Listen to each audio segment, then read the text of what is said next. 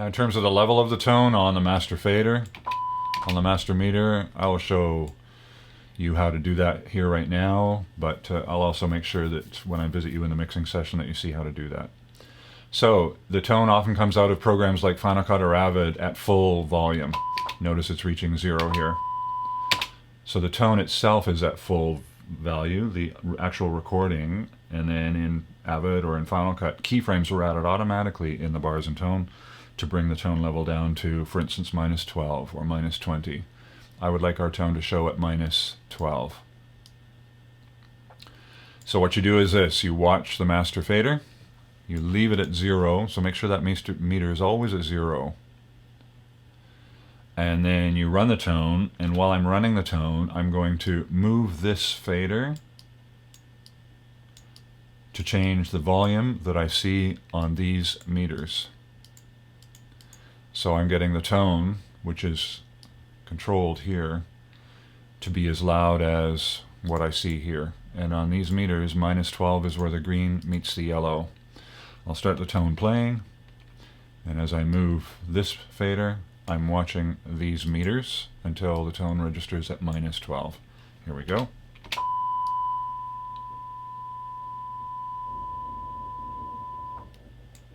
That was pretty good, I think. A little louder maybe, just a little bit. That's good. And notice, in fact, I happen to have come down to -12 here. You can't necessarily use this number to rely on what you get over here, but in this case it worked. So always you're moving this fader, but you are watching over here to get your value. So now I've calibrated the tone in Pro Tools.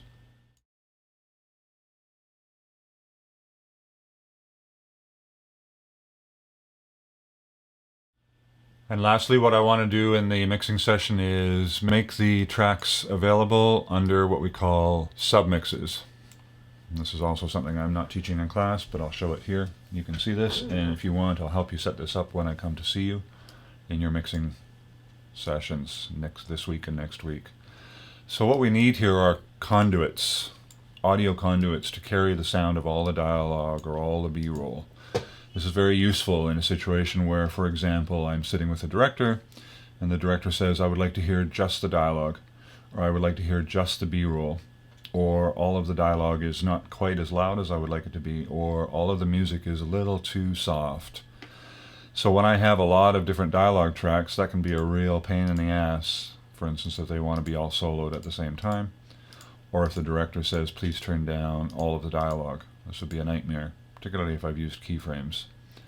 So the solution to this is what we call submixing, or you can also call it stems. And we create these stems by creating what are called auxiliaries. So these are another kind of track.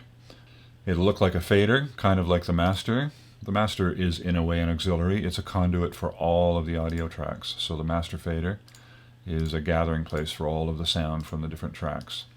I'm going to pre-gather categories of sound into sort of submasters before I begin my work of mixing. So I go to the track menu, go new, and in this case I need 3 of these auxiliaries, these submixes, because I have dialogue, I have B-roll, and I have music. Those are the 3 categories of elements that I've got to work with. So I will create 3 stereo, and you go for auxiliary input. They're called auxiliary inputs. So I want 3 stereo aux inputs. I'll just call them aux inputs, and click on create. And there they are. They showed up to the right of the master fader. Some engineers prefer to keep them at the right of the master. Some engineers prefer to move them to the left of the master, like this. Your choice, but my preference is to use the master as a divider. When you go into recording studios, you'll often see this. Individual tracks, then a master fader, and then auxiliary submixes. But I leave it up to you. And I'm going to start by renaming the first aux, and I'll call it dialogue. And I'll use short abbreviations here, 3 letters. Dialogue, what was next was my B-roll, so maybe BRL. And then finally was my music, MUS. So then maybe what I'll do is I'll just try and match their colors. So the dialogue is the same as these tracks. It was a blue color. This might help me understand a little bit. So I'm just going to rename or recolor these. And they were all blue. Then here's my B-roll. I'm holding the command key. And then I'll double click. And that was the golden color. And then finally the music. And there I had a green color. I'm actually not liking the green. I don't like the green. So I'll change it to maybe a nice purple. No, that's hideous too. Terrible. These colors are awful. That's nice. Orange. Alright. So now what I want to do is feed the sound of the tracks through the conduit, through the aux, and then to the master. And we'll start by looking at the input-output. So input-output is a very important aspect of all of what we're doing. Every track has its own input and it has an output. For most situations, an audio track will never have an input unless you're recording ADR or Foley. And we'll learn how to do that next semester. But every track has an output, and right now the output for every track is set to the master fader. It's set to analog 1 and 2 in this case. This is on my system. And then on the master fader we see that the master fader is outputting on 1 and 2. So the master fader is carrying everything that travels on analog 1, 2. What I want to do is change that so that the audio from the dialogue tracks goes to the aux first. So I'm going to begin by setting up the aux. And now I have to use the input. So the aux will go to the master fader. Its output will be set to analog 1 and 2 for the dialogue submix. But its input has to be set to something different. And you'll find these things called buses. A bus is like a pathway for the sound. I'll go to bus 1 and 2.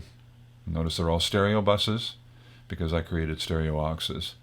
So I'm going to set the input, and notice I'm on the input here. Very careful. It says no input, and instead I want bus 1 and 2. So the input on the aux is bus 1 and 2. The output on the aux is analog 1 and 2, which really just means master fader.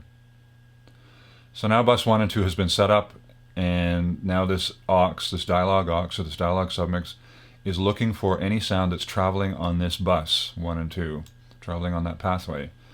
Now I go to the dialogue tracks, and I'll start with Bush. So I'll start with Bush, which is right here. Go up to its, not its input, but its output. In other words, I don't want it to go to the master fader, I want it to go to the aux, and the aux is receiving on bus 1 and 2. Because I've already defined that on the dialogue auxiliary, on the dialogue submix, that's going to show up yellow here. So make the Bush track output to bus 1 and 2. There we go. And then I do the same for Easley, bus 1 and 2, and so on. Bus 1 and 2, bus 1 and 2, bus 1 and 2, and one more for the woman, bus 1 and 2. So now all of the dialogue will play on the dialogue submix. And if I'm somewhere in the middle of the session playing, for instance in here, and starting to play my audio, I'll see the level for the dialogue moving on the dialogue aux. Ask people put themselves in the family. So now I have full control over the level of the dialogue, all of the dialogue, regardless of who's speaking. So whether it's Easley or Bush or Gerald, they're all coming through. West Coast, they'll certainly get the rain, but the big threat there is the storm surge at that time. And that's by submixing all the dialogue. So that's very handy. I can do things like turn it down, turn it up. I can mute and solo it. So now that I've set up the submix for the dialogue, I'll repeat the process for the B-roll. I'll go to the B-roll track. I'm going to set its input. Remember, input, not output. Set it to a bus. I can't use bus 1 and 2 because that's already dedicated to the dialogue. I'll use bus 3 and 4. I have to keep these separate from each other. So bus 3 and 4 will be for my B-roll. So now I'll go to my B-roll tracks and set their outputs to match the bus number, bus 3 and 4, which is the bus that I chose for the B-roll, bus 3 and 4. And yes, some people are going to wonder, can I set them all to the same bus at the same time? Yes, you can. Hold down the Shift key or the Command key to make sure all the tracks are selected. We know that the Option key will change everything at once.